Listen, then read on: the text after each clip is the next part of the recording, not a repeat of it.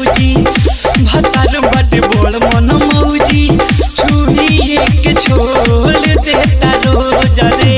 Music by Kumar उत्तम।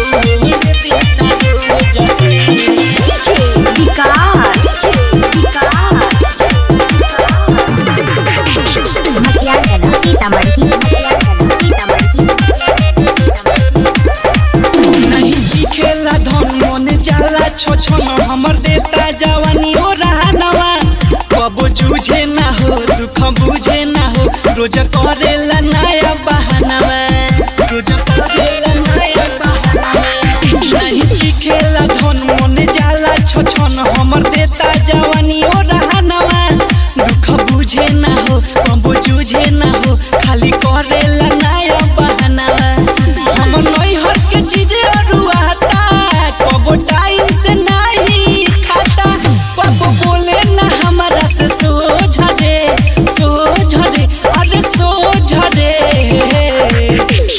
भौजी रे भौजी भतार बाटे बोल मन मौजी छुइए के छोड़ देता रोज रे। भौजी रे भौजी भतार बाटे बोल मन मौजी छुइए के छोड़ देता रोज रे।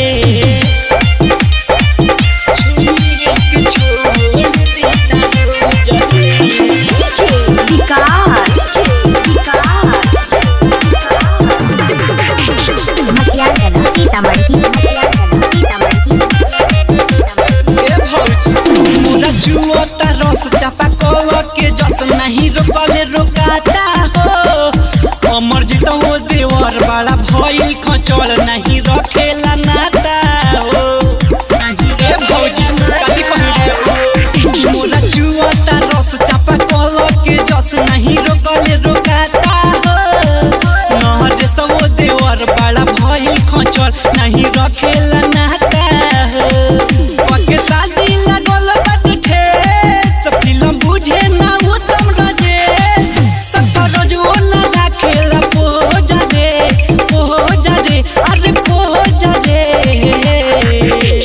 भौजी रे भौजी भतार बाटे बोल मन मौजी छुइए के छोड़ देता रोज रे। भौजी रे भौजी भतार बाटे बोल मन